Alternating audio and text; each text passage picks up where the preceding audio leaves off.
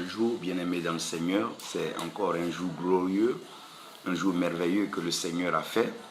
Et je suis particulièrement heureux de savoir que vous avez pu bien vous réveiller, car vous avez été protégés par la grâce de Dieu. Beaucoup de choses se sont passées pendant la nuit et plusieurs personnes n'auront plus cette occasion de vivre ce bonheur et de partager ces temps avec leurs bien-aimés. Gloire soit rendue à Dieu pour vous qui donc êtes en vie et qui passez donc ce temps à prier le Seigneur. Que la grâce de Dieu repose sur vous et que sa paix soit avec vous. Rosine, que Dieu te bénisse, que sa grâce repose sur toi.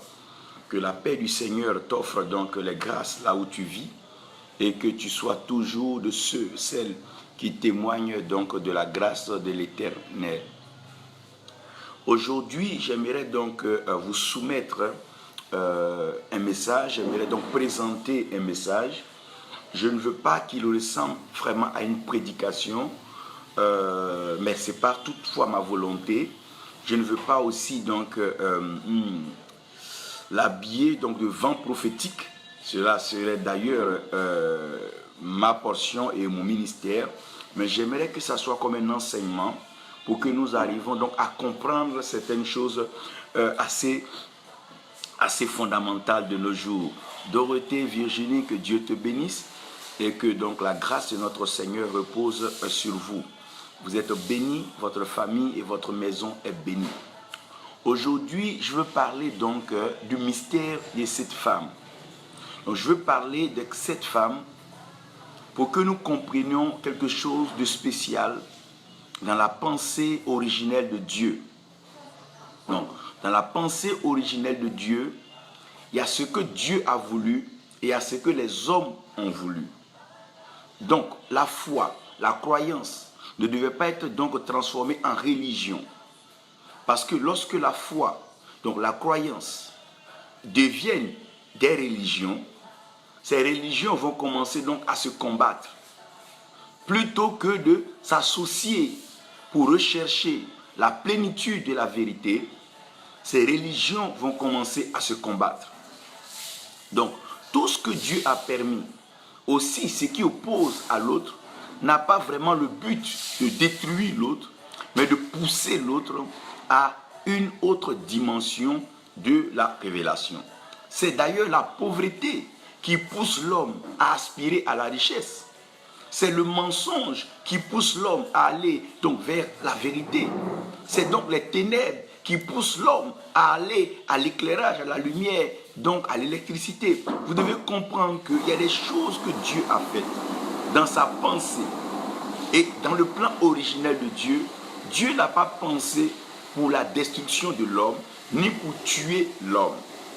Mais l'homme, par incompréhension, non pas manque de sagesse, l'homme est arrivé malheureusement à utiliser tout ce que Dieu a fait pour son bien pour s'autodétruire. En cela, nous sommes en train d'assister donc à des crises et à des conflits purement religieux. Et en plus des conflits religieux et ce que nous pouvons encore dire, des conflits idéologiques et tout ce que vous pourrez donc imaginer vous-même, vous serez étonné de voir. Vous serez étonné de voir que dans cette vie, excusez-moi, l'autre caméra est en train de déconner un peu. J'aimerais juste revenir là. Donc vous allez comprendre qu'il y a des choses que Dieu a faites pour le bien-être de l'homme, pour le bonheur de l'homme, mais ces choses sont devenues des problèmes aujourd'hui parce que l'homme n'a pas voulu comprendre Dieu. Et après avoir essayé par tous les moyens de détruire l'humanité, l'homme a compris que le fer que Dieu a envoyé, ce fer devait servir à quoi? Le but du fer, c'était vraiment de quoi? Je vous explique. Le but du fer, c'était de pouvoir créer et fabriquer des objets solides tels que la voiture et tout ce que vous pouvez imaginer aujourd'hui. Mais qu'est-ce que l'homme en a fait? L'homme a plutôt utilisé le fer pour fabriquer des armes à feu. Et aujourd'hui, le fer qui était supposé donc bâtir des maisons ou bien bâtir des voitures, voilà que le fer est utilisé pour donc détruire. Donc, ces minéraux, ces gaz naturels que Dieu a créés et tout ce que Dieu nous a révélé dans l'atomistique n'était pas prévu pour détruire l'homme. Mais par incompréhension, l'homme est arrivé à se détruire avec des bombes. Donc, les conflits ne font que continuer. Aujourd'hui, l'un des derniers conflits, et si ce conflit-là arrive à s'installer, l'humanité va disparaître. Aujourd'hui, les mouvements, les blocs, les clans essaient de créer un conflit entre l'homme et la femme. On veut amener un conflit entre l'homme et la femme. En commençant d'abord par dire que la femme donc est méprisée. La femme est donc dominée. En développant ce genre de pensée, on veut aussi expliquer que la femme est esclave et autre, ce qui n'est pas vrai. On commence à réduire les choses dans la fonction que Dieu a donnée à la femme. Et à force de vouloir faire ça, nous sommes en train de suivre ce qu'on appelle l'émancipation de la femme. Nous ne savons pas encore jusque-là, jusqu'à où l'émancipation de la femme va nous conduire. Ça ne gêne pas aujourd'hui que des femmes partent avec des femmes et que des hommes partent avec des femmes. Et des femmes partent avec des femmes. Pourquoi? Parce que chacun se croit maître de la circonstance, chacun se croit maître de sa vie et chacun pense qu'il peut vivre sa vie comme il veut sans tenir compte de l'autre. Aujourd'hui, la femme peut se lever, décider avec qui elle marche, avec quoi elle veut partir, sans forcément consulter son conjoint. Le conjoint aussi peut le faire. Donc, après les combats religieux, après les crises religieuses, après les crises idéologiques, après avoir opposé les peuples, après avoir opposé les races, après avoir opposé les continents, après avoir opposé les générations, les conflits des générations qui aujourd'hui n'ont pas encore fini donc de dire leurs mots en termes de désastre et de destruction, il est rare de voir quelqu'un d'une génération supérieure collaborer avec un jeune frère pour mettre ensemble un projet pour évoluer.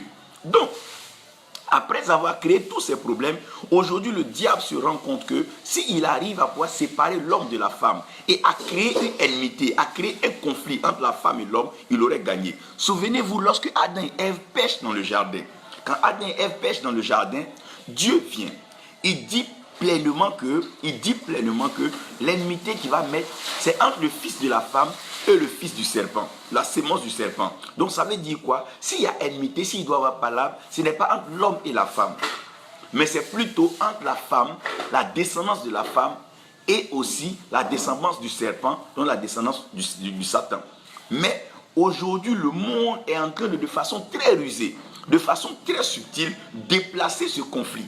Au lieu que le conflit se passe entre le fils de la femme et le fils du serpent, le conflit est en train d'être entre l'homme et la femme, monsieur et madame, les frères et les sœurs. Et ces conflits commencent maintenant à tellement devenir grands que si on ne fait pas attention, on aboutira à ce qu'on appelle l'église des femmes et on aboutira à ce qu'on appelle l'église des hommes.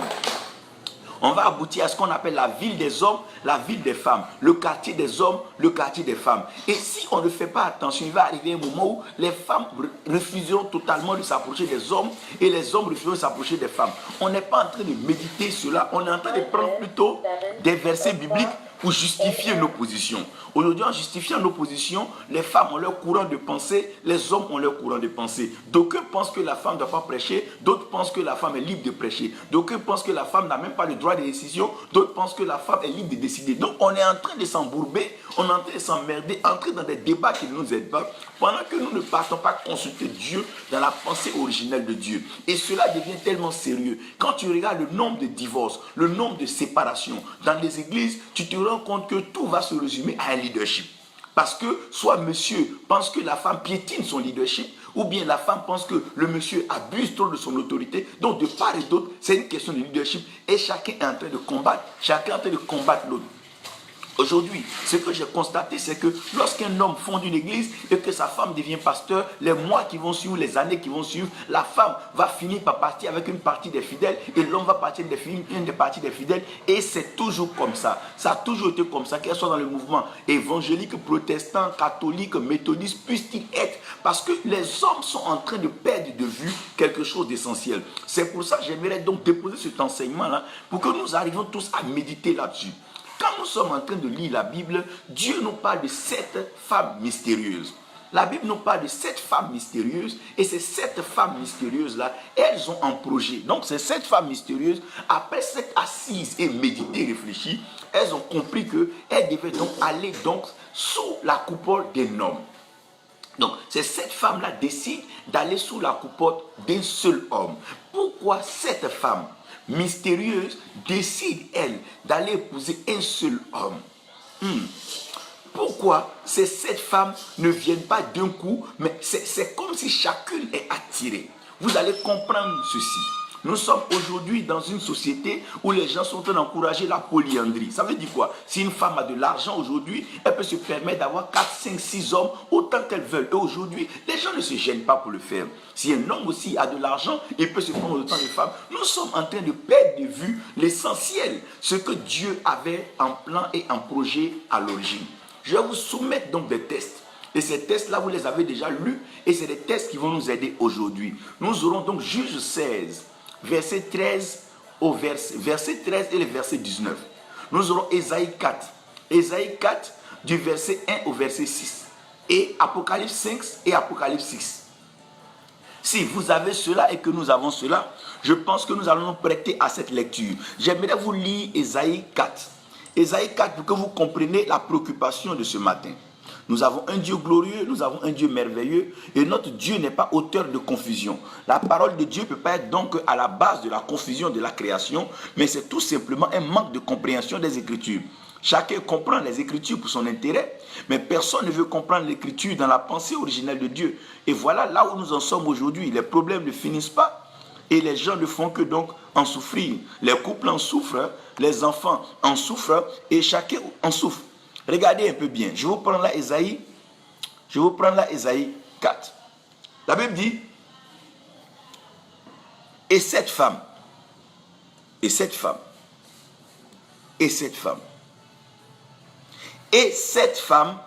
saisiront un seul homme. Donc, cette femme saisiront un seul homme en ce jour-là, disant, nous mangerons notre propre pain.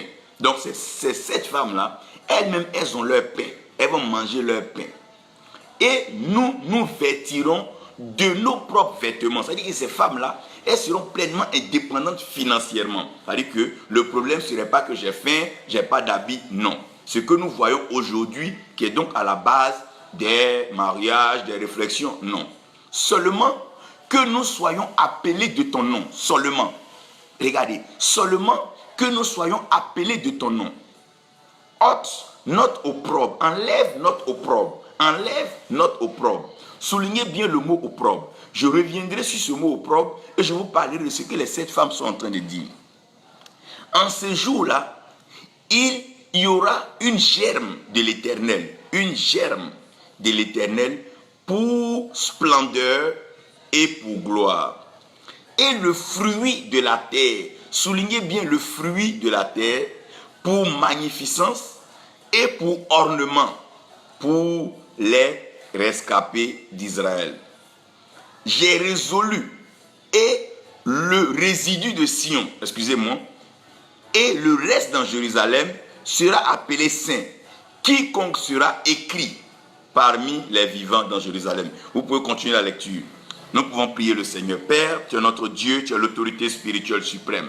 Nous nous remettons pleinement à ta grâce et nous croyons que tu vas nous inspirer, tu vas nous enseigner et nous instruire ce matin. Fais-nous du bien par ta parole. Arrose-nous comme les herbes qui ne veulent pas être séchées. Donne-nous vie et donne-nous substance afin que nous marquions notre génération et que nous vivons une vie exemplaire selon ta parole au nom de Jésus. Amen. Donc comprenez que nous sommes en train de parler donc de cette femme mystérieuse. Et en parlant de cette femme mystérieuse, nous sommes en train de vous présenter la situation actuelle du monde. Les pays développés où nous parlons d'émancipation de la femme, vous allez comprendre que les femmes ont l'air d'être heureuses parce qu'elles ont une certaine liberté, mais au fond, le vrai problème n'est pas résolu. J'aimerais que vous sachiez que la vie est un combat. Toute la vie est un combat. Et dans le combat de la vie, on ne va jamais seul. La vie est faite de combats et la vie est faite de lutte. Un homme doit lutter, une femme doit lutter, tout le monde doit lutter. Mais n'oubliez pas que la lutte ne s'arrête pas quand toi tu meurs. La lutte doit continuer même quand tu n'es plus en vie. Donc, un homme ne peut pas lutter seul. Un homme ne peut pas vivre seul. Un homme ne peut pas gagner seul. Un homme ne peut pas s'élever seul. Un homme ne peut pas s'établir seul. Un homme ne peut pas se fonder seul. Un homme ne peut pas s'enrichir seul. Un homme ne peut pas faire son bonheur seul. C'est pour ça la solitude, l'égoïsme, c'est des choses que Dieu n'encourage pas. Dieu lui-même qui est suprême n'a pas travaillé en solitude, il a travaillé en trinité. Donc Dieu croit en la collaboration, Dieu croit en l'unité, Dieu croit en l'équipe. Donc la vie est faite de combats et la vie est déjà faite de lutte. Donc il n'est pas question que les couples, les amis viennent encore ajouter des luttes et des bagarres, des fardeaux dans les foyers qui ont déjà pas mal de problèmes. Dieu va dire, il n'est pas bien pour que l'homme soit seul. Donc dans la notion de il n'est pas bien pour que l'homme soit seul, nous devons comprendre une chose, on ne va jamais en guerre, on ne va jamais en lutte sans alliance. On ne va jamais combattre sans alliance. Même les États-Unis, malgré leur force, avant d'attaquer un pays, elle va s'allier par exemple à la France, elle va s'allier à la Grande-Bretagne, parce qu'on ne combat pas seul. Donc un homme ne peut pas se lever seul pour dire comme j'ai une vision, je vais aller installer ma vision. Une femme ne peut pas se lever seul pour dire comme j'ai une vision, je vais aller installer ma vision. Une femme ne peut pas dire que non, comme ma famille est pauvre, moi je vais me battre pour enrichir ma famille. Un homme ne peut pas dire que non, comme moi j'ai tel problème, j'ai laissé ma femme me battre seule. Non, on ne combat pas seul. La vie est faite de combat, la vie est faite de lutte et nous devons apprendre à combattre et à lutter ensemble.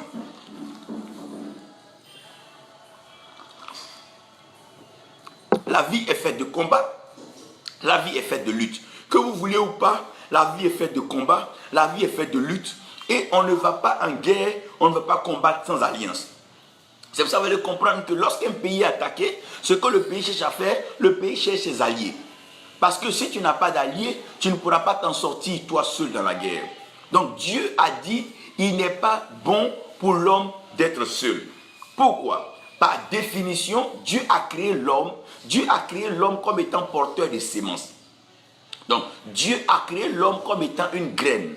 Donc l'homme est une graine. Et l'homme étant une graine, l'homme ne peut pas pousser seul. Pour que l'homme puisse pousser, l'homme a besoin d'une terre fertile dans laquelle pousser. C'est le même principe. Quand Dieu a créé au commencement, Dieu a créé le ciel et Dieu a créé la terre.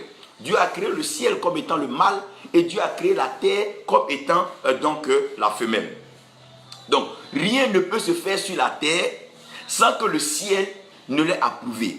Mais si le ciel l'approuve, il va falloir que la terre aussi accepte pour que ce que le ciel a voulu se manifeste sur la terre. Le même principe est respecté dans le plan originel de la création de l'homme. Dieu va prendre de la poussière de la terre, donc il va prendre de ce qui est femelle, et il va prendre de son esprit, sa parole qui est céleste, et il va mettre cela ensemble. Et quand Dieu va mettre les deux ensemble, il aura un fruit, et c'est le fruit qu'on va appeler l'âme. Donc le but de la vie, c'est l'âme qui combat, c'est l'âme qui se réjouit, c'est l'âme qui pleure, c'est l'âme qui est affligée. L'âme est le produit, donc l'âme est le fruit de l'alliance entre le ciel et la terre.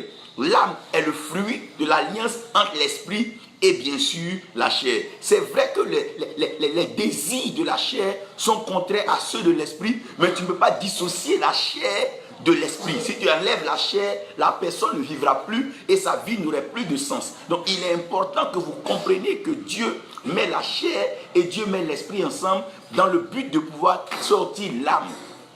Donc l'homme est le porteur de la sémence et la femme est celle qui reçoit la sémence. Ça veut dire quoi? Si un homme donne la sémence, qu'il n'y a pas une femme pour recevoir la sémence, il n'y aura pas de continuité de vie. Donc l'homme a beau être fort, l'homme a beau être riche, mais ce que l'homme est en train de faire ne pourra plus donc continuer. Donc l'homme peut avoir un héritage, l'homme peut avoir un patrimoine, l'homme peut avoir un domaine, l'homme peut avoir des richesses, mais l'homme n'aura pas d'héritier. Souvenez-vous bien que dans la vie du patriarche, il fut des temps où Dieu a permis que ces patriarches-là marient des femmes stériles. C'est quand tu as une femme stérile que tu te rends compte que l'importance de la femme n'est pas de faire des combats. Parce que le but de la femme, c'est de pouvoir continuer, perpétuer, amener la progéniture à une certaine dimension dans le temps par des générations. Un homme qui a une femme aujourd'hui peut se reproduire à partir de la femme. À partir de la femme, tu peux avoir un enfant qui va te ressembler. Un enfant qui sera plus grand que toi, plus puissant que toi, plus fort que toi, plus riche que toi. Cet enfant qui va t'aider donc à finir tes beaux vieux jours. Mais si l'homme n'a pas compris cela, que l'homme pense que la femme est un adversaire, que l'homme pense que la femme est l'ennemi, ou que la femme pense que l'homme est l'adversaire et que l'homme est l'ennemi, il y aura un problème parce qu'il n'y aura pas de continuité de génération, il n'y aura pas de procréation, il n'y aura pas alors de fécondation. Regardez bien, quand Dieu crée l'homme, Dieu dit faisons l'homme à notre image, afin que l'homme domine, afin que donc l'homme assujettisse que l'homme règne. Mais quand Dieu va créer l'homme, Dieu va donner sa pensée originelle. Il va dire à l'homme, soyez fécond.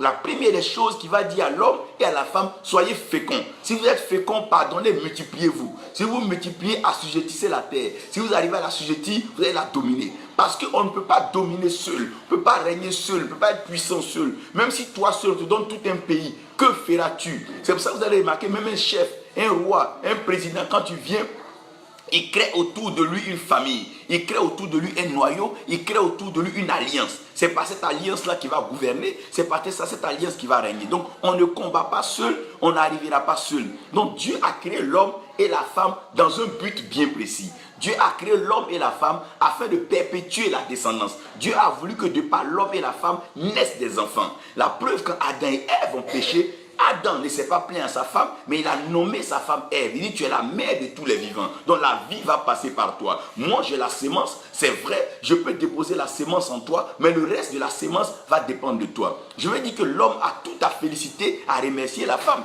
Parce que sans la femme, tu n'aurais pas d'enfant, tu n'aurais pas de fils, tu n'aurais pas de petit-fils. S'il n'y a pas d'enfant, tu n'aurais pas tout ça. Pourquoi? Parce que Dieu a voulu que la femme puisse avoir des enfants pour que l'homme soit heureux. Les enfants qui naissent de la femme, ce n'est pas la femme qui leur donne le nom, mais c'est le nom de l'homme que les enfants portent. Écoutez-moi bien, les femmes sont en train de parler d'elles porter le nom de l'homme, comprenez bien. Au fait, les enfants vont porter le nom de l'homme parce que les enfants sont les enfants de l'homme, mais sortis de la femme. Les enfants vont porter le nom, écoutez-moi bien, les enfants vont porter le nom de l'homme, mais sortis de la femme. Alors que la femme, elle est sortie de l'homme. La femme est sortie de l'homme. Donc comme la femme est sortie de l'homme, Adam va donner un autre nom à la femme qui ne sera pas le nom que nous connaissons qui est femme, qui veut dire tirer de l'homme, mais il va l'appeler Ève. Ève qui veut dire la mère de tous les vivants, alors que la vie est tirée de Dieu. Donc Adam maintenant rattache la femme à Dieu. Écoutez-moi bien. Adam rattache la femme à Dieu parce que Dieu est le Dieu des vivants et Dieu seul peut apporter la vie. Donc la femme par essence est l'os. Donc, le mot os en lui-même n'existe pas comme ça. L'os ne veut rien dire. Quand on dit os, on doit préciser l'appartenance. À qui appartient l'os? Est-ce l'os d'un chien? Est-ce l'os d'un poulet? Est-ce l'os d'une gazelle? Est-ce l'os d'un lion? Est-ce l'os d'un homme? Donc, à partir de l'os, on peut déterminer l'espèce. Si on arrive à fouiller et qu'on fait par des fourrages, qu'on trouve des ossements, on peut reconnaître que tel ossement appartient à telle classe, telle espèce et telle race. Donc à partir de l'os, on peut revenir à la classe, on peut revenir à l'espèce, on peut revenir à ce qu'on veut. Donc vous devez comprendre ici que Dieu a voulu que l'os ne soit pas libre. L'os ne soit pas libre en lui-même. L'os est toujours attaché à quelque chose. On dit l'os de temps, l'os de ceci, l'os de cela. Donc Dieu, en tirant l'os de l'homme, il veut dire tout simplement que vous deux, vous êtes inséparables, vous êtes complémentaires, vous devez braver les épreuves de la vie. C'est vrai que la vie est faite de combats, la vie est faite de lutte. Il n'y a pas un couple qui n'a pas de combat, il n'y a pas une alliance qui n'est pas combattue, ça n'existe pas. Il est clair qu'il y a des luttes, il y a des combats, il y a des bagarres partout. Par moments, il y a des déchirures, il y a des blessures. Mais tout ça là, vous devez comprendre que la vie est un combat et la vie est faite de lutte. Par moments, c'est des injures, des formes de séparation, des éloignements. C'est fait partie parce que la vie est faite de combat, la vie est faite de lutte. Mais ne perdez pas de vue que l'os en lui-même n'existe pas seul. L'os n'est pas une entité libre, n'est pas libre comme électron, mais l'os est toujours rattaché à quelque chose. On dira l'os de ceci, l'os de tel, on ne dira pas l'os comme ça. Donc l'os est forcément rattaché à quelque chose. Retenez ceci, l'os est forcément rattaché à quelque chose. Comme l'os est rattaché à quelqu'un ou à quelque chose, l'os en lui-même ne vit pas de façon libre. L'os est attaché à quelqu'un. Donc vous comprenez que si un homme meurt aujourd'hui, on ne voit plus l'homme. Mais si on retourne 100 ans, 200 ans dans sa tombe, on va voir donc ses os. Alors que les os qu'on va voir là, c'est ce qui est tiré de l'homme, donc il y a la femme. Au fait, avant d'entrer dans la tombe, si tu restes sur la terre, tu pourras voir le fils d'un tel, le petit-fils d'un tel. C'est comme aujourd'hui. C'est vrai que les Mobutu ne vivent plus, les Lumumba ne vivent plus. Mais si tu vas dans le Congo, ou tu vas en Belgique ou dans d'autres pays, tu vas voir le fils de Lumumba, le petit-fils de Lumumba ou le petit-fils de Mobutu. Ça, c'est ce qu'on appelle la continuité de la génération. Dieu a créé l'homme pour que l'homme puisse vivre. Dieu a bien dit que c'est la sémence, donc le fils de la femme et le fils du serpent qui vont combattre. Donc aussi longtemps que le serpent peut se reproduire, il est aussi donné à la femme de pouvoir se reproduire. Mais le serpent maintenant veut user de malice et de ruse pour distraire la femme de sa mission fondamentale. Donc au lieu que la femme s'entende avec l'homme pour que les deux se reproduisent, pour donner des enfants dignes pour la gloire de Dieu, c'est des conflits, des combats et des séparations.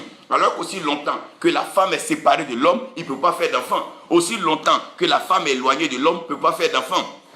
Par moment, c'est les occupations, les travaux, les activités. Comprenons une chose, le rôle, la place de l'homme et de la femme, c'est d'être ensemble, d'être un. Dieu a dit, il n'est pas bien pour l'homme d'être seul.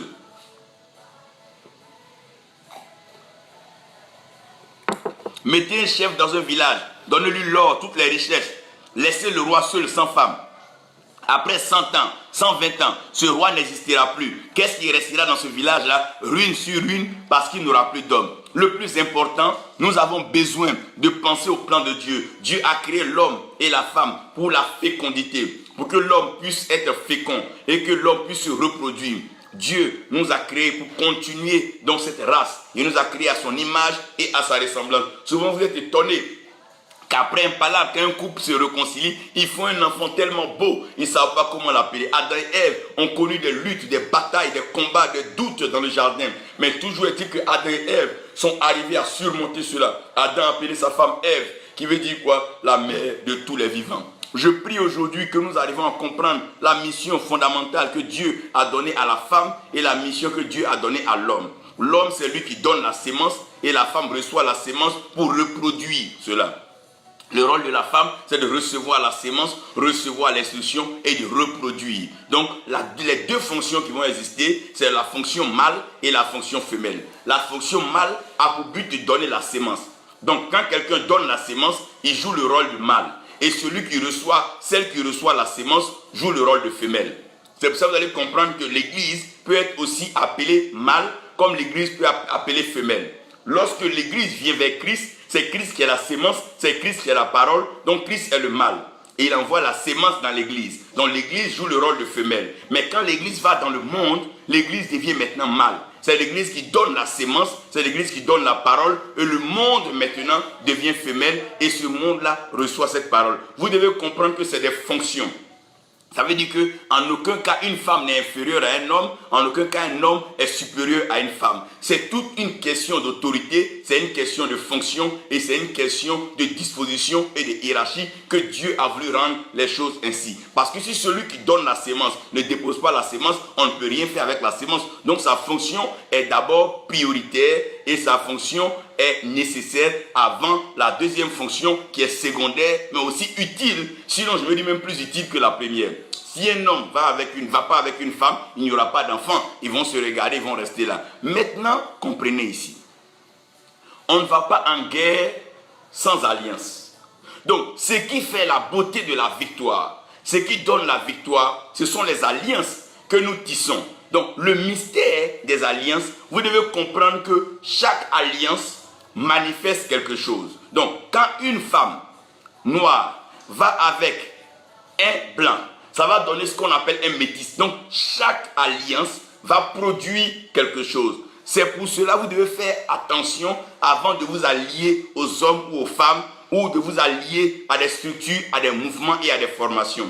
Si tu rentres dans une mauvaise formation, au lieu que tu reçoives le fruit que tu veux, tu vas recevoir un autre fruit.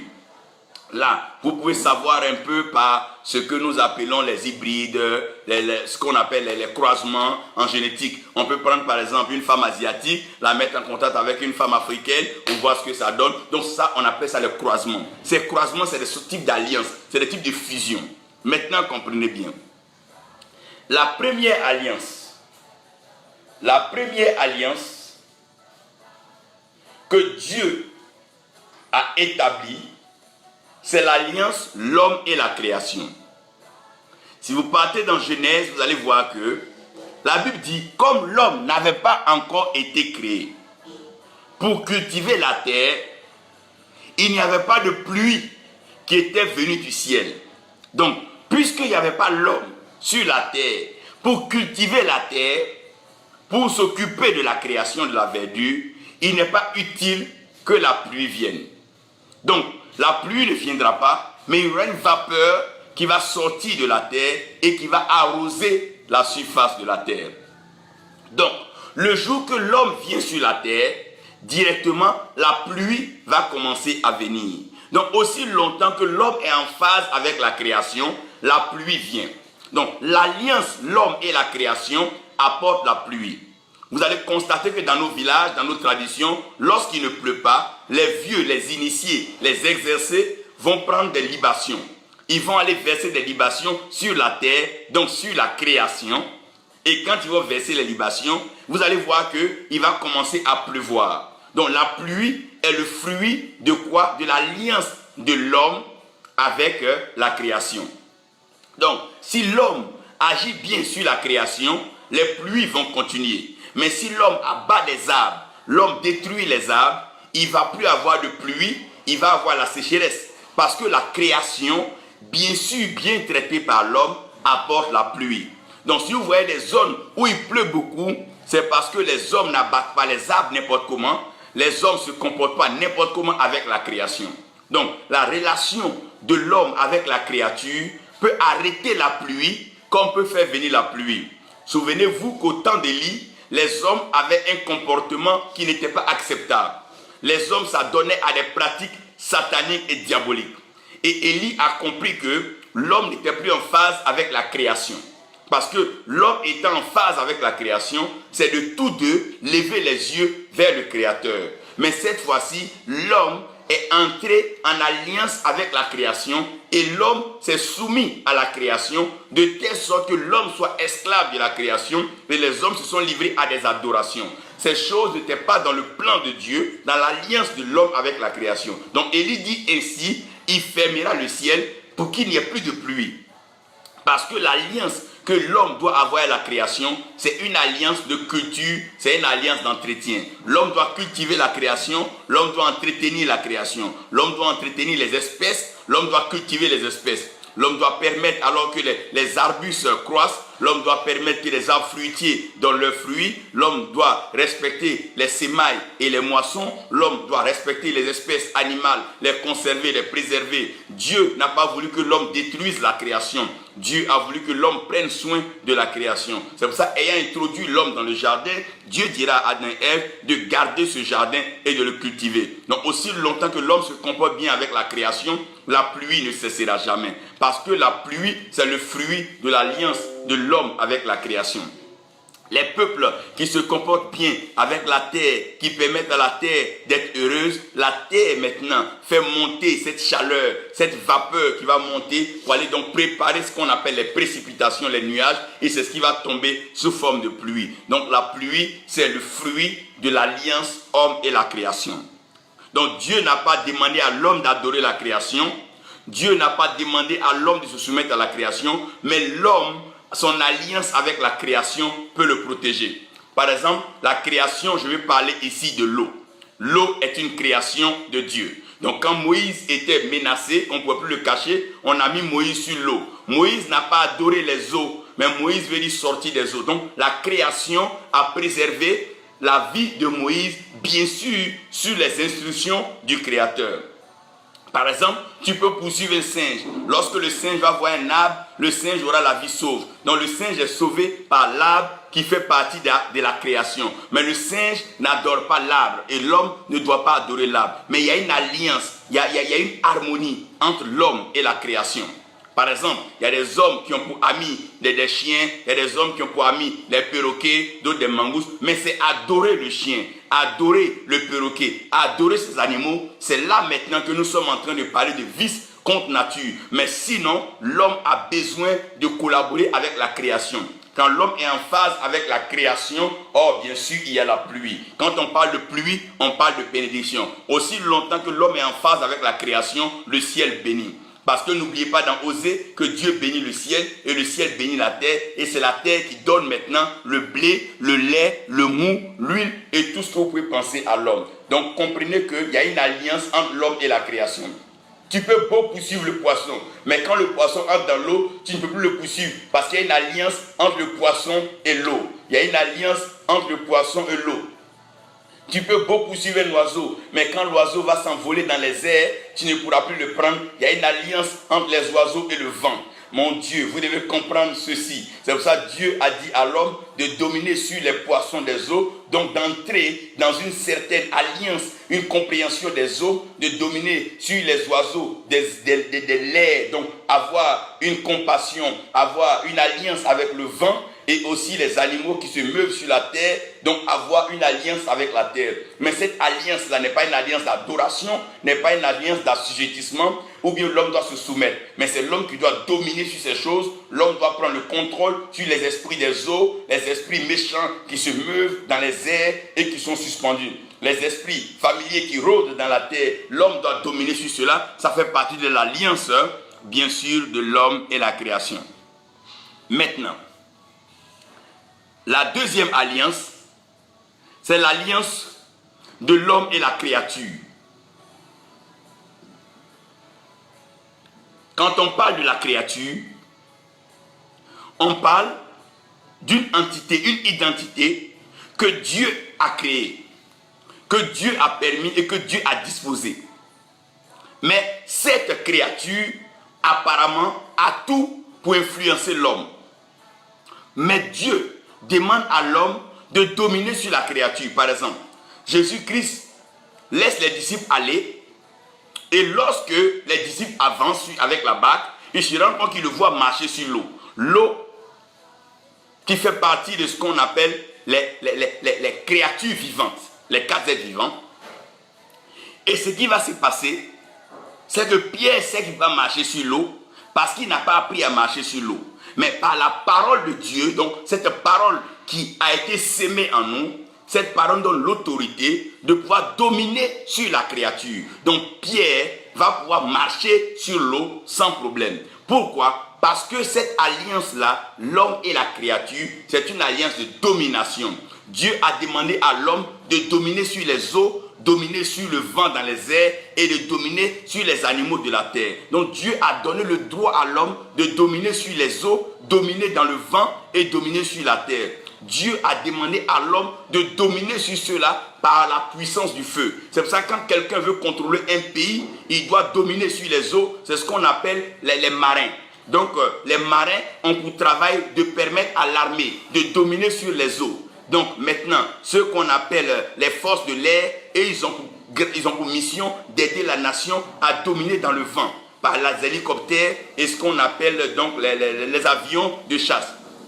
Maintenant, les militaires, les fantassiens, eux, ils ont pour but d'aider le pays à dominer sur la terre. Tout ce qui est lié à la terre, c'est les fantassiens qui gèrent ceci. Tout ce qui est lié à l'eau, c'est les marins qui gèrent ceci. Tout ce qui est lié au vent, ça c'est Air Force, les forces aériennes qui gèrent ceci. Donc voilà un peu comment est-ce que la sécurité est préservée dans une nation. Mais avec quoi les marins font la guerre? C'est avec le feu. Avec quoi les pilotes font la guerre? C'est avec le feu. Avec quoi les militaires font la guerre? C'est avec le feu. Donc voilà les quatre éléments réunis ici. La terre, l'eau, le vent et le feu. Donc pour pouvoir s'afficher donc sur la terre, pour pouvoir s'afficher en tant que créature et semblance de Dieu, nous devons dominer sur la créature. Donc un enfant de Dieu doit dominer sur les eaux. Les esprits des eaux ne doivent pas te perturber, excusez-moi, les démons des eaux, les influences des eaux ne doivent pas influencer un enfant de Dieu. Non, les oiseaux dans les airs ne doivent pas influencer un enfant de Dieu. La sorcière qui se promène sur son balai de nuit ne peut pas influencer un enfant de Dieu.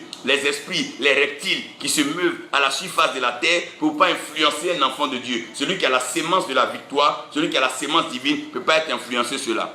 Maintenant, la troisième alliance, c'est l'alliance l'homme-Satan. L'alliance l'homme-Satan, c'est une alliance d'esclavage et de mort. Malheureusement, c'est l'alliance que nous voyons aujourd'hui. Les hommes vont tisser alliance avec le diable. Mais quand tu vas tisser alliance avec le diable, n'oublie pas que le diable est rusé. Depuis la création, sa mission est de quoi? Voler, piller et de tuer. Le diable vient pour quoi? Voler, égorger et tuer. Donc sa mission est très claire. Sa mission est connue depuis la création. Quand il vient, c'est pour voler, égorger et puis tuer. Donc quand tu t'en vas voir le diable, tu lui demandes quelque chose, comprends que lui en retour, ce qu'il peut te donner, c'est te voler, t'égorger et te tuer. Donc tout ce que le diable peut faire, c'est égorger, donc tuer, voler, égorger, tuer. Aujourd'hui, vous voyez, dans le monde des artistes, dans le monde même du showbiz, et même dans le monde, malheureusement, et soi-disant pastoral, ecclésiastique, donc dans le monde politique, dans le monde sportif, dans tous les domaines, les gens vont pactiser avec le diable. Mais ils savent que l'alliance avec le diable, c'est l'alliance de l'esclavage et c'est l'alliance de la mort. Quand tu vas dire au diable, je veux être célèbre, tu dis, bon, tu seras célèbre pendant 8 ans, pendant 10 ans, pendant 15 ans, mais après les 15 ans, ton corps ne t'appartient plus, ton âme même aura un problème. Vous voyez?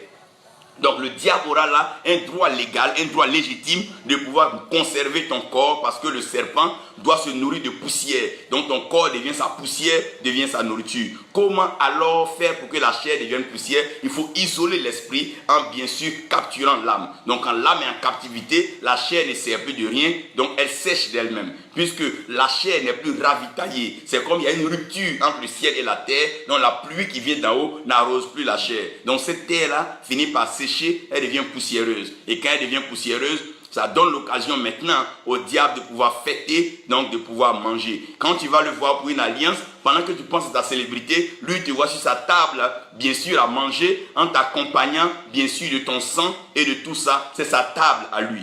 Quand tu t'envoies le diable pour dire non, je veux avoir une grande église, pendant que tu es en train de t'exhiber les dimanches devant les fidèles qu'on t'acclame, lui il te voit sur sa table avec ton sang dans son verre qui va bien sûr manger et s'abreuver parce que tu lui as donné ta vie, tu lui as donné ton âme et l'âme vit dans le sang.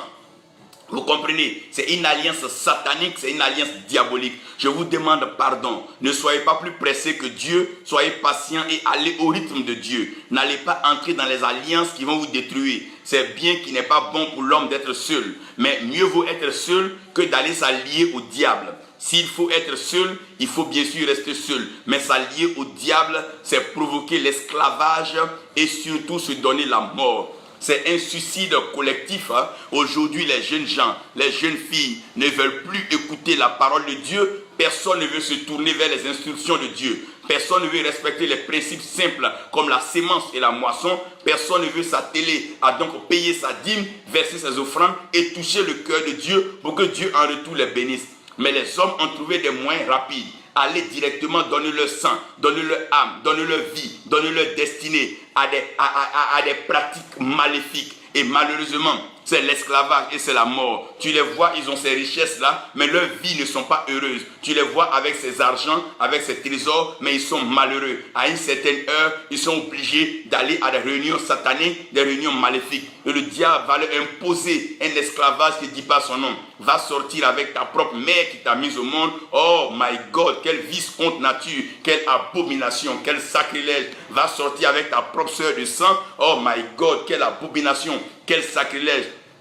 Va égorger ton enfant, va égorger ta fille. Oh my God, impensable, insensé. Dieu même n'a pas accepté que Abraham tue son fils Isaac. Regardez maintenant cette alliance homme-Satan. Et cette alliance homme-Satan est en train de produire l'esclavage et la mort. Vous allez me poser la question, homme de Dieu, pourquoi l'esprit de mort plane sur les nations? Pourquoi l'esprit de mort plane sur la jeunesse? Mais c'est tout simplement parce que la jeunesse est allée pactiser, la jeunesse est rentrée dans une alliance homme-Satan. Chacun se lève seul, il prend sa voiture ou ils vont en groupe, ils vont pactiser avec le diable. Dès qu'ils reviennent, les 2 premières semaines, ils commencent à prospérer. Ils commencent à avoir des biens et dans le quartier, tout le monde les envie. Ils deviennent des icônes et des modèles. Ils recrutent maintenant des jeunes gens et ils les envoient à l'abattoir. À longueur de journée, c'est des cars pleins, c'est des véhicules pleins qui vont vers ces pays-là et des pays qui ne sont pas capables de ramener les jeunes gens vers Dieu Et l'alliance homme-Satan, voici une alliance qui est en train de détruire aujourd'hui le monde entier. Et cette alliance-là se trouve dans toutes les classes de la société et à tous les niveaux. Même au niveau même des enfants, des bébés, il y a des initiations qui se font. Vous serez étonnés par ces présentations, ces soi-disant clubs, ces soi-disant dessins animés. Il y a des façons d'attirer les enfants. Aujourd'hui, tout est en train de virer vers le diable. Tout est en train de se sataniser et tout est en train de se diaboliser.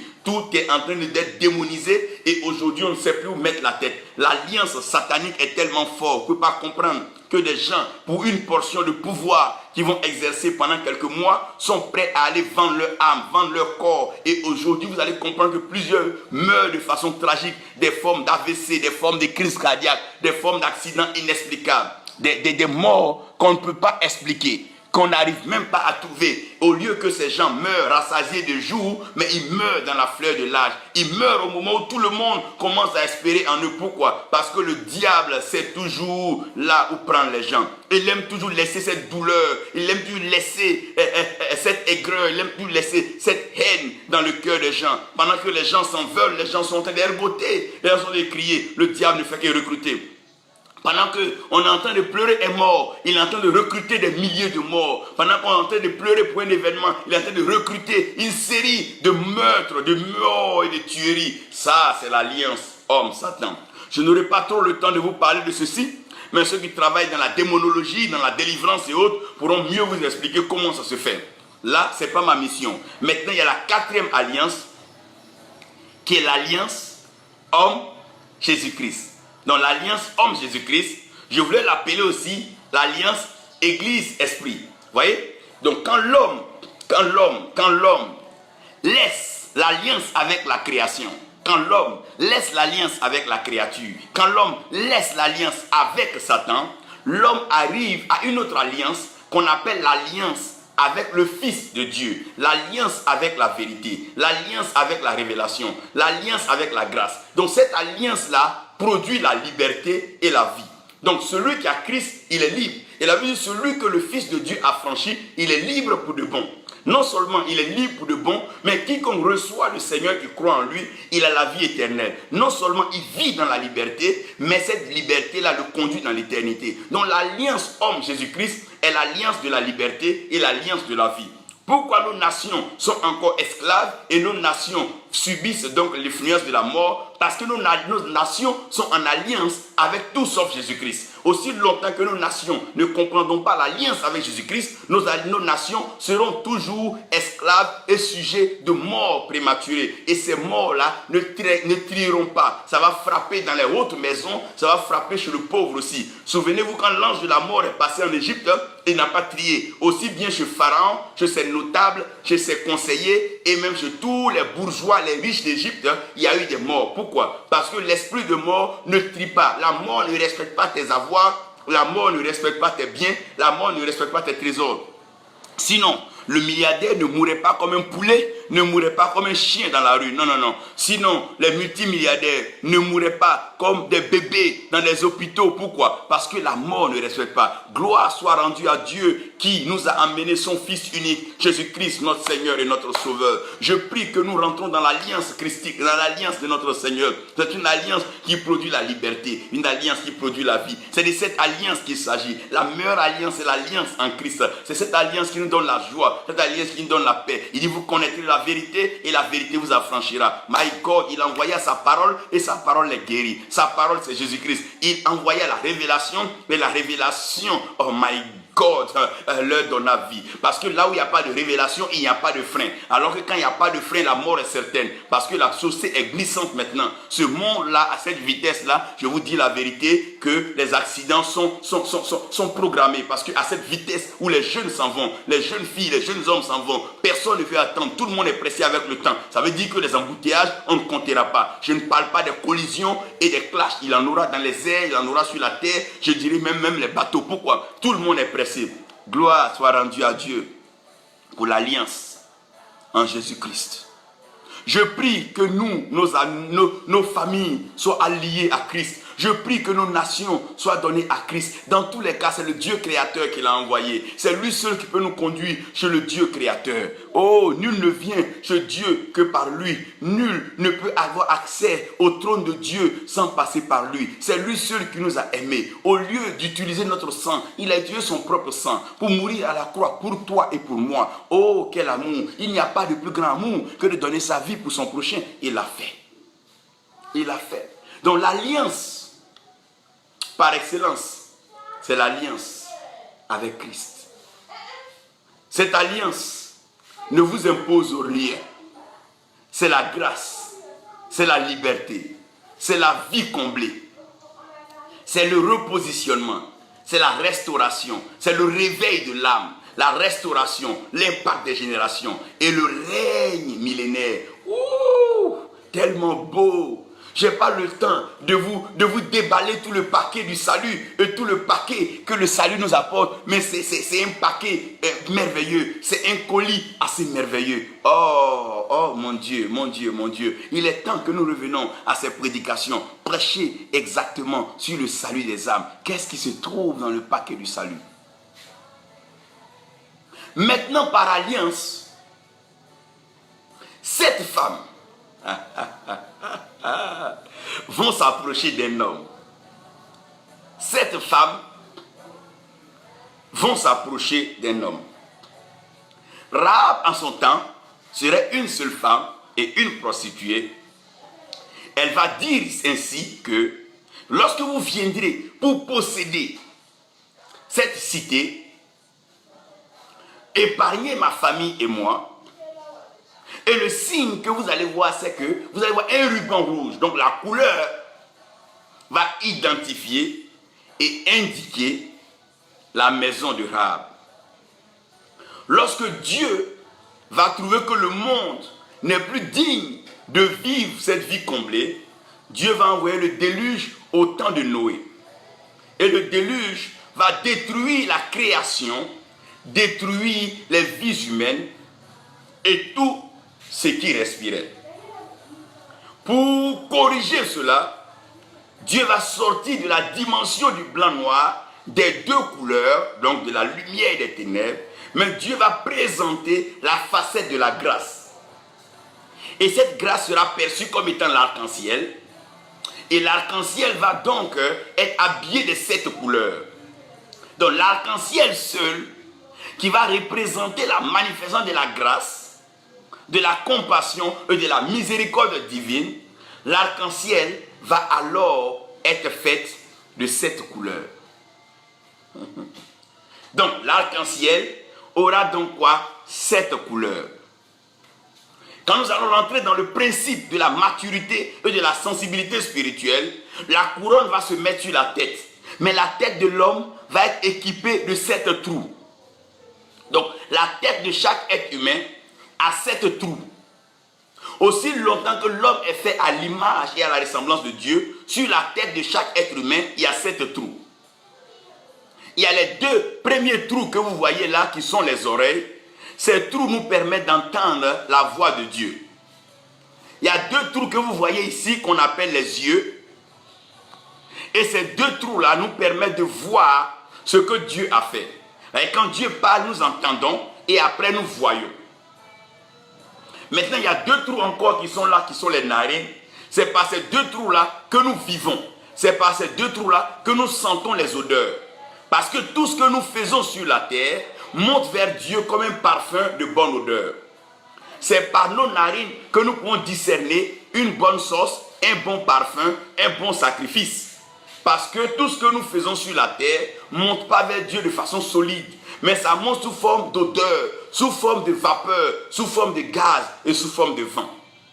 C'est pour ça la femme qui va verser le parfum sur le Seigneur, il dira partout on prêchera l'évangile, on parlera de toi. Parce qu'aussi longtemps qu'un homme vit, il doit respirer. Alors qu'un homme peut être aveugle et vivre, un homme peut être sourd et vivre, un homme peut être muet et vivre. Mais si un homme ne respire pas, il ne vit plus. Donc là, vous allez comprendre qu'il y a un mystère particulier attaché aux narines.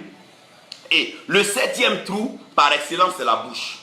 Donc nous avons 2 oreilles, nous avons 2 yeux, nous avons 2 narines. Mais nous avons une seule bouche et nous avons donc une langue. Et puisque la vérité est établi sur le témoignage de 2 au moins, il va falloir que Dieu compense cela. Donc le jour de la Pentecôte, ça ne sera plus 7, mais ça sera 8. Donc le jour de la Pentecôte, Dieu ne nous enverra plus des oreilles parce que nous en avons déjà 2. Il ne nous enverra plus des yeux, nous en avons 2. Il ne nous envoie plus des narines parce que nous avons 2. Mais il va nous envoyer une deuxième langue. Et cette langue-là, c'est une langue de feu. Parce que nous avons une seule langue. Donc pour que notre témoignage soit établi, il va falloir qu'il y ait 2. Donc le jour de la Pentecôte, la deuxième langue qui est la langue du feu que Pierre va recevoir, c'est par cette langue-là que Pierre va parler et les 3000 âmes et autres vont se convertir. Parce que la vérité, elle est établie au moins sur la base de 2 témoins. Une seule personne ne peut pas s'ériger en vérité. Il va falloir au moins un témoignage ou quelqu'un qui peut soutenir ce qu'il dit.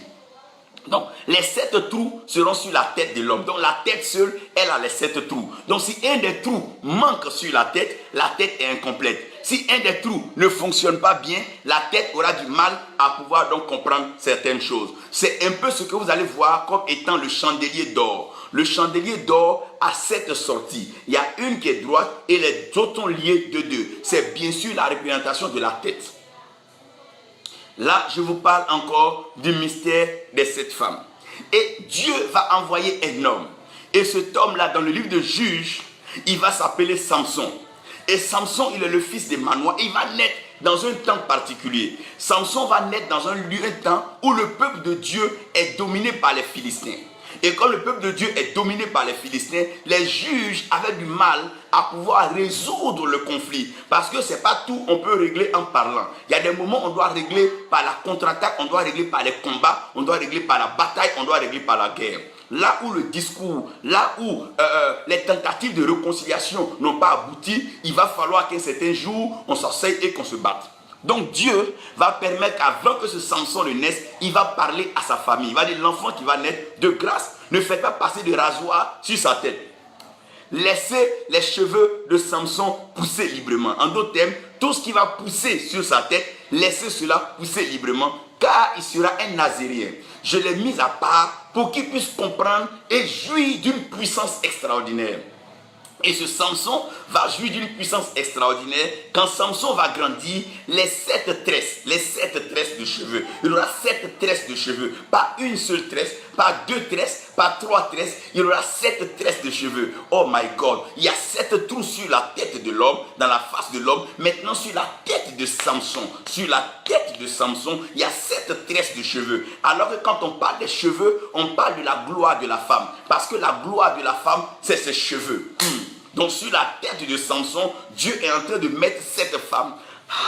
Parce que, my God, parce que sur la tête de l'homme, my God, la Bible dit que Christ est la tête de l'homme et l'homme est la tête de la femme. Regardez bien, et Dieu est la tête de tous parce que Dieu est la tête de Christ. Donc sur la tête de Samson, il y a 7 tresses. En général, les hommes ne gardent pas les tresses, c'est les femmes qui gardent les tresses. Les tresses symbolisent donc la femme. Lorsqu'on fait un dessin, quand on fait une image, qu'on fait un croquis, toutefois qu'on parle de femme, vous allez voir qu'il y a des tresses, il y a des cheveux.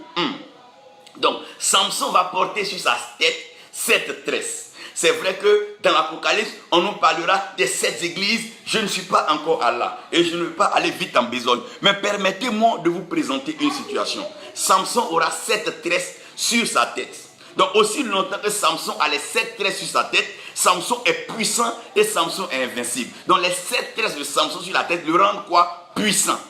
Ça ne lui donne pas autre chose. Mais la première chose que nous savons de Samson, c'est qu'il est puissant. Samson est tellement puissant qu'à main nue, comme David, il a déchiré un lion. Et quand Samson a déchiré un lion, Samson s'est rendu compte que du lion est sorti le miel. Ça veut dire quoi?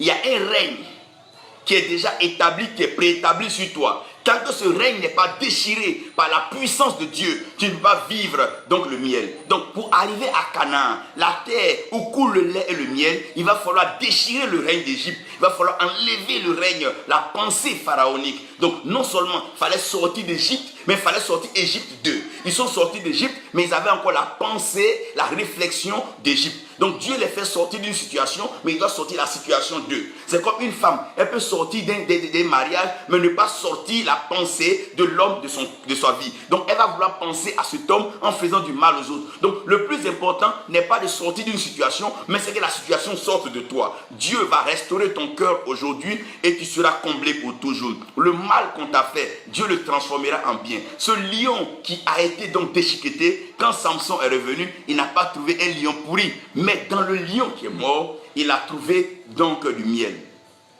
Il y a toujours un règne, il y a toujours une puissance, il y a toujours un pouvoir qui est au-dessus de toi, qui t'empêche de jouir de ce miel, qui t'empêche de jouir de ce bonheur. Vous comprenez bien? Et nous devons comprendre ceci. Et la première fois où on permet à un homme d'aller dans une nuit ou une lune de miel, c'est quand l'homme entre en alliance, c'est quand l'homme n'est plus seul, c'est quand l'homme a trouvé, oh my God.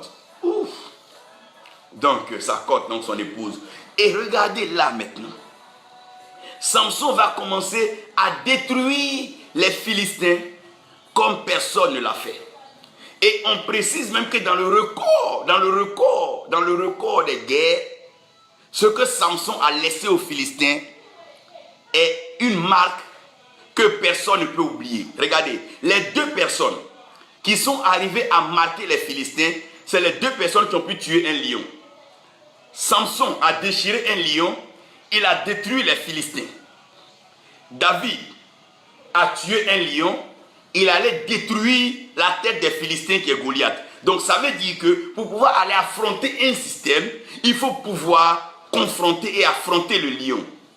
En d'autres termes, celui qui n'a pas été convaincu par le Christ, qui est le lion de la tribu de Juda, ne peut pas aller convaincre un autre royaume. On ne va pas parler de Jésus par nos histoires. Il va falloir que l'évangile soit ancré dans notre cœur. Il faut que nous soyons convaincus de ce Christ-là. Il faut que ce Christ ait triomphé de nous avant que nous ne partions parler de lui. Donc s'ils ne sont pas morts et ressuscités en Christ, nous allons aller donner des lettres mortes et ça ne produira pas d'effet dans la vie des gens.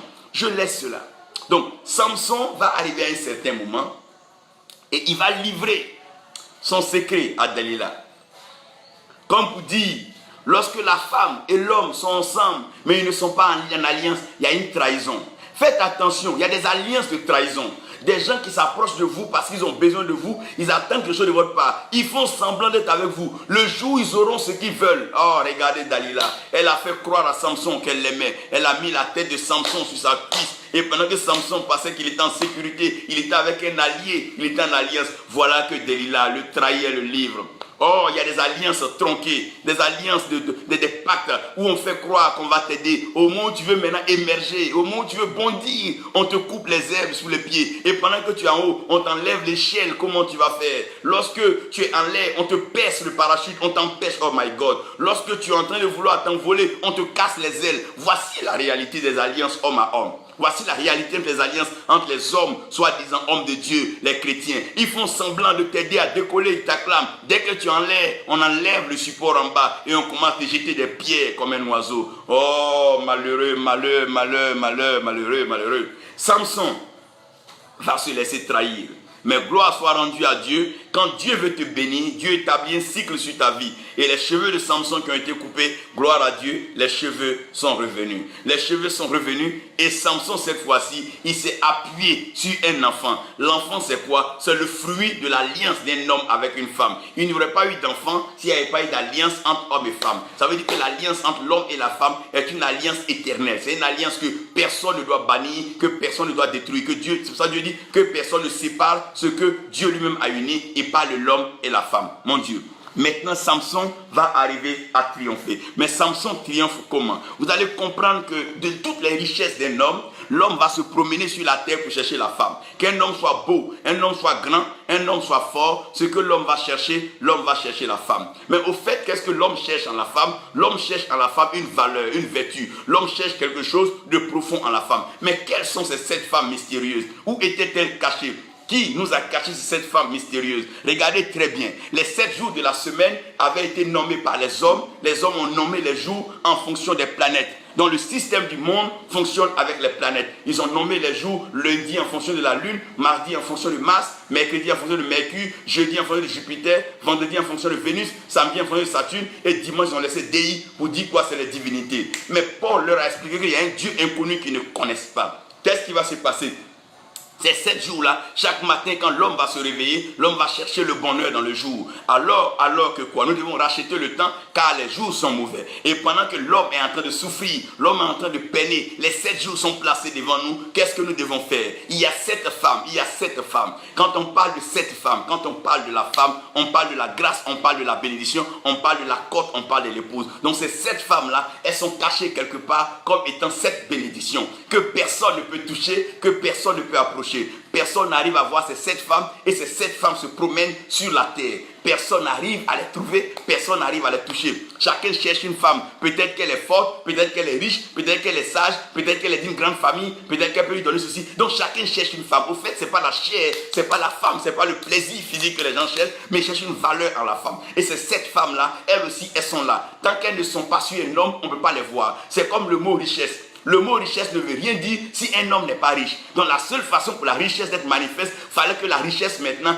vienne sur un homme. Oh my God. Donc la puissance est un mot. Le mot puissance ne veut rien dire si personne ne manifeste la puissance. My God.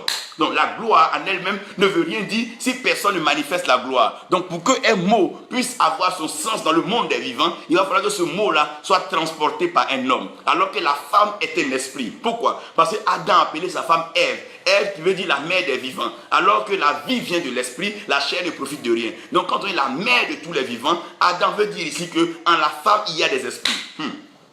Et souvenez-vous bien que la sœur de Lazare est une femme de qui Jésus venait de chasser quoi? 7 démons. Il a chassé 7 démons. Pourquoi il y avait 7 démons? On aura l'occasion d'en parler, on développera cela plus tard. Là, nous ne sommes pas là, mais permettez-moi d'aller très vite et conclure ceci.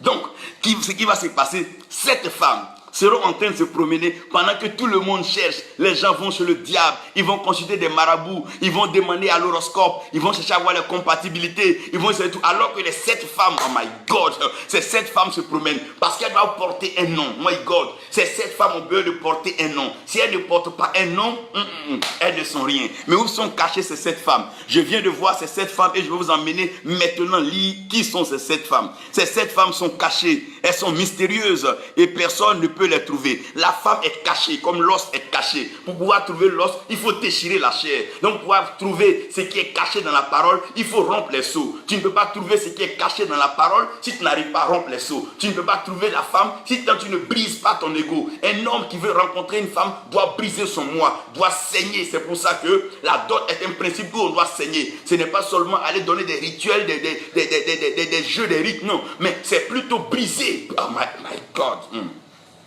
Donc ces 7 femmes-là sont cachées quelque part dans les Écritures. Oh my God, c'est les 7 esprits de Dieu. Et ces 7 femmes-là, elles sont cachées quelque part. Mais elles ont besoin d'habiter sur un homme. Parce que si une femme ne porte pas le nom d'un homme, c'est de l'opprobre. Donc la richesse ne veut rien dire si aucun homme n'est riche. Par exemple, on va dire la richesse du docteur Harry Fef. C'est là que la richesse a un sens. On va dire par exemple la sagesse du pasteur Gateway. C'est là que la sagesse a un sens. Sinon, sagesse en lui-même ne veut rien dire. Mais la sagesse de qui? Ça veut dire la sagesse de Salomon. Donc comment est-ce que la sagesse est connue? Parce qu'on parle de la sagesse de Salomon. Je vous ai dit que l'os aussi est connu par l'appartenance. On dit l'os d'Élie, l'os d'Élisée, l'os de Joseph, l'os de ceci. On ne dit pas os simple. Donc ces 7 femmes-là ne peuvent pas être appelées de façon singulière. Elles doivent être rattachées à quelque chose ou à quelqu'un. Donc, Apocalypse 5, verset 12. Voilà ce qui va se passer. Jean était en train de dire quand il baptisait, voici l'agneau de Dieu qui ôte le péché du monde. Au fait, l'agneau n'a pas seulement fait que ôter le péché du monde, mais l'agneau a fait un travail formidable, fantastique, remarquable. C'est pour ça que nous devons lui rendre gloire, honneur et hommage à tout temps. Gloire soit rendue à l'agneau de Dieu. Oh my God, qu'est-ce que l'agneau a fait? Oh l'agneau. Qu'est-ce que l'agneau a fait? Regardez-moi maintenant ce que l'agneau est en train de faire. L'agneau va marquer le but et l'agneau va nous délivrer. Ces 7 femmes étaient cachées, enfouies dans la parole. Ces 7 femmes étaient des trésors, des richesses que Dieu a cachées. Celui qui trouve sa femme a trouvé le bonheur devant Dieu, pas le bonheur devant les hommes, pas le bonheur devant le maire, pas le bonheur devant les gens. Non, le bonheur devant Dieu. Alors quand on parle de devant Dieu, on parle de devant la parole de Dieu. Et la parole de Dieu, elle est scellée. Comme elle est scellée, pour avoir accès, il va falloir rompre les seaux. Apocalypse 5, verset 12. La Bible dit ça, c'est les vieillards. Ça, c'est les vieillards. Ce n'est pas des jeunes gens, ce n'est pas des enfants, c'est des gens expérimentés, des gens exercés, qui sont habitués à voir Dieu à l'œuvre, qui ne sont pas intimidables, qui ne sont pas influençables. Ils sont arrivés à un stade de la vie, tu ne peux plus leur faire peur, tu ne peux plus leur mentir, ils ont une expérience. Ces 24 vieillards-là, Ils sont en train de dire à une voix forte et une haute voix. Ils n'étaient pas seuls. On pourra vous parler des myriades et des milliers de milliers. Ils disent, digne est l'agneau qui a été immolé. L'agneau qui a été immolé est digne de recevoir premièrement la puissance. Vous voyez, ce que Dieu a permis que Samson manifeste, c'est la puissance.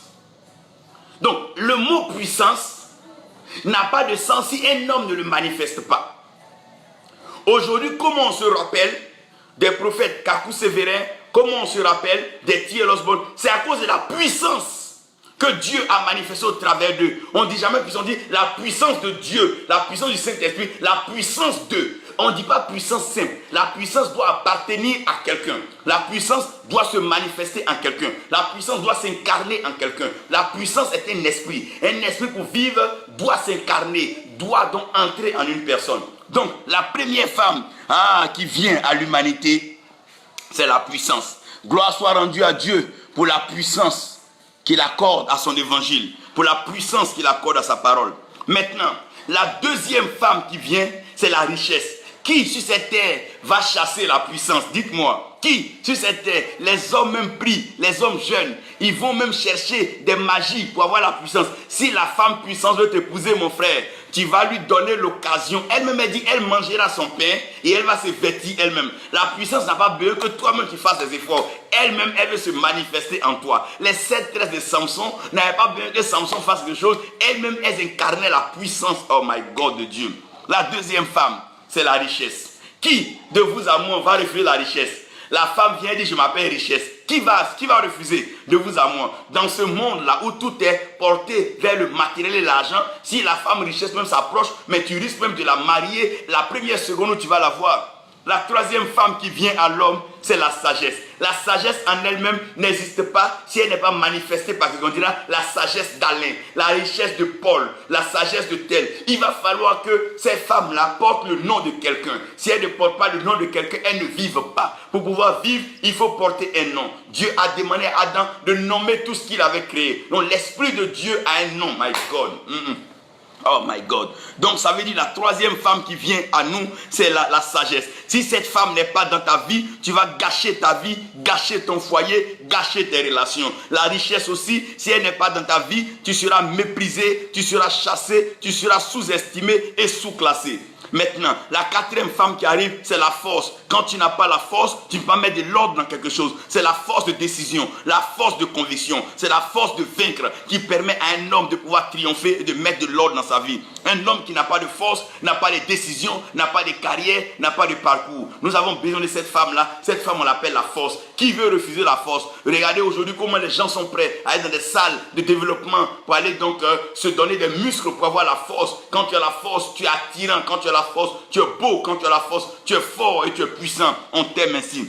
La cinquième femme qui vient maintenant, cette femme-là, elle s'appelle donc l'honneur. Oh my God, elle s'appelle honneur. Elle s'appelle honneur. Donc l'honneur est une femme. L'honneur est une femme. Il y a des femmes, quand tu rencontres dans ta vie, tu es honoré. Tu es honoré dans ta famille, honoré dans tes relations, honoré dans les nations, honoré partout où tu pars parce qu'elle t'aime, elle t'honore, elle sait t'honorer. Elle sait quand tu pleures, elle sait quand tu ris, elle sait comment t'honorer. Oh mon Dieu, il n'y a rien de tel qu'une femme sait honorer son homme. Il n'y a rien de tel qu'une femme sait rendre puissant son homme. Il n'y a rien de tel qu'une femme sait rendre riche son homme. Et la sagesse, la force et l'honneur.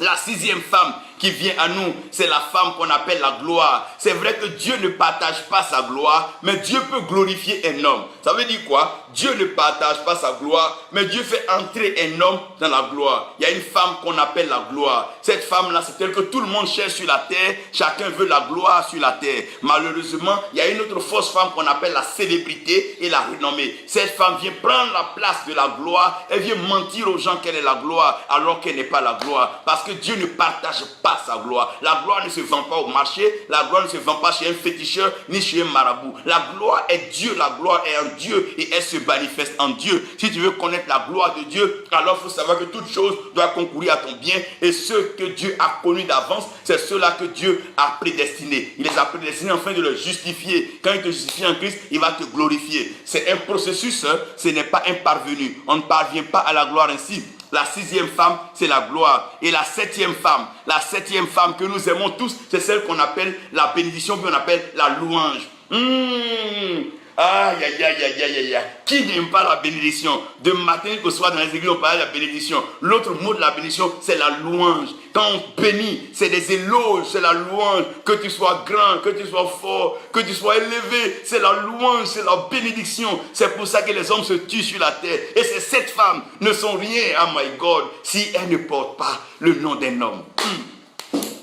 Aujourd'hui, ces 7 femmes se promènent sur la terre. La puissance se promène sur la terre. La richesse se promène sur la terre. La sagesse se promène sur la terre. La force se promène sur la terre. L'honneur se promène sur la terre. La gloire se promène sur la terre. La louange se promène sur la terre. C'est des esprits. Une femme est un esprit. Lorsque tu arrives à épouser l'esprit de la femme, tu es béni par cette femme. N'épouse pas la femme par sa chair. Non, non, non, non. Mais laisse l'esprit. Oh my God, my God, my God. Regardez un peu, l'esprit de la femme qui était en Séphora a permis qu'il y ait même, donc coupure du prépuce, il y a une bénédiction qui est rattachée à l'esprit qui est en une femme. Vous comprenez bien Jésus dans le ministère, en parlant aux femmes, à la femme au puits de la Samarie, c'est pas à la chair de la femme il a parlé à l'âme, à l'esprit de la femme. Elle est partie, elle a convaincu toute la Samarie qu'elle a rencontré le Messie, le Seigneur. Frère, ces 7 femmes se promènent sur la terre. Au lieu d'aller chercher le diable par-ci, le diable par-là, au lieu d'aller chercher des crobes par-ci, par-là, ces 7 esprits sont là. Ces femmes-là, elles viennent voir un homme. Elles disent à cet homme-là, nous voulons porter ton nom. Nous voulons simplement porter ton nom. S'il te plaît, laisse-nous comme ça. Ne nous donne pas à manger. Non, non, non. Nous avons notre pain déjà. Nous avons nos vêtements. Mais tout ce que nous voulons, pardon, porte notre nom. Nous voulons porter ton nom pour enlever notre opprobre. La richesse n'a pas de sens si personne ne l'utilise, frère. Si des voitures sont là, que personne ne roule, ça n'a pas de valeur. Rien n'a de valeur que lorsque c'est utilisé par l'homme. Oh mon Dieu, on dira bientôt la puissance de tel, on dira la puissance de Fabrice, on dira la puissance d'Élie, on dira la puissance de Francis, on dira la puissance de Paul, on dira la puissance de Pierre. On parlera, on utilisera des noms. On parlera de la grâce, la richesse de Bernard, la richesse d'Alain, la sagesse d'Alain. On parlera de quoi? Voilà des choses, voilà les 7 femmes qui sont en train de se promener et cherchent un seul homme. Ces 7 femmes-là veulent venir vers un homme. C'est là qu'on parle de l'amour qui est le lien de la perfection. Quand on parle de la perfection, on parle des 7 couleurs, on parle des 7 manifestations. Voici ces 7 femmes-là qui ont envie d'épouser quelqu'un. Quand je parle des 7 femmes, elles peuvent venir sur une femme comme elles peuvent venir sur un homme. C'est qu'elles cherchent, elles veulent porter le nom de quelqu'un. Elles veulent porter le nom de quelqu'un. Ce qu'elles cherchent, ce n'est pas à manger. Ce qu'elles cherchent, ce n'est pas des vêtements. Elles cherchent à porter le nom. Oh my God. Elles cherchent à porter le nom. Elles cherchent à porter le nom. Elles veulent porter le nom. Les 7 femmes mystérieuses se promènent. Ouh, comme les 7 dispensations. Ouh. Elles veulent porter le nom de quelqu'un. Est-ce qu'on dira la sagesse de Dorothée? Est-ce qu'on dira la richesse d'Éric Zo? Est-ce qu'on dira, voilà la question, est-ce qu'on dira la richesse de Georges? Est-ce qu'on dira, qu'est-ce qu'on dira l'honneur d'Élie? Qu'est-ce qu'on dira la puissance de Arifef? Est-ce qu'on dira la force d'Adjumani? Est-ce qu'on dira la sagesse de Dan? Est-ce qu'on dira ces choses? Voilà le point. Est-ce qu'on parlera de la sagesse de Christelle Ndong? Voilà la question. Est-ce qu'on dira la richesse des Méconan? Voilà la question. Est-ce qu'on parlera, ces femmes cherchent un nom. Est-ce qu'on parlera de la force de Anafo? Est-ce qu'on dira la richesse de Konanda? Est-ce qu'on parlera de la puissance de Noël de Baïbiali? Est-ce qu'on parlera de ces choses? Est-ce qu'on parlera de la gloire de Rachel Kouadio? Est-ce qu'on parlera de la louange de Godon, Zagbe et Guillaume? Est-ce qu'on parlera de ces choses? Est-ce qu'on parlera de la richesse de Paul, Valérie Abi? Est-ce qu'on parlera de ces choses? Voilà la question que nous nous posons aujourd'hui. parce que ces femmes veulent porter un nom? Est-ce qu'on parlera de la richesse, la puissance de Saint Clair Adonis? Est-ce qu'on parlera de ça? Voilà la question, voilà la vraie question. Est-ce qu'on parlera de la grâce de Dieu dans la vie de Rosine Balma? Est-ce qu'on parlera de la richesse de Balma? Est-ce qu'on parlera de ça? Voilà les questions. Les 7 femmes cherchent un homme. Et ces 7 femmes ont trouvé un seul homme. En ce seul homme, les 7 femmes sont manifestées. En cet homme, les 7 femmes sont manifestées. Et cet homme, c'est Jésus-Christ. C'est en lui seul que la puissance est manifestée. C'est en lui seul que la richesse est manifestée. C'est en lui seul que la sagesse est manifestée. C'est en lui seul que la force est manifestée. C'est en lui seul que l'honneur est manifesté. C'est en lui seul que la gloire est manifestée. C'est en lui seul que la louange est manifestée. Nous te bénissons, agneau de Dieu. Nous te reconnaissons, roi de notre vie. Nous soumettons nos vies à ton autorité, à ta puissance.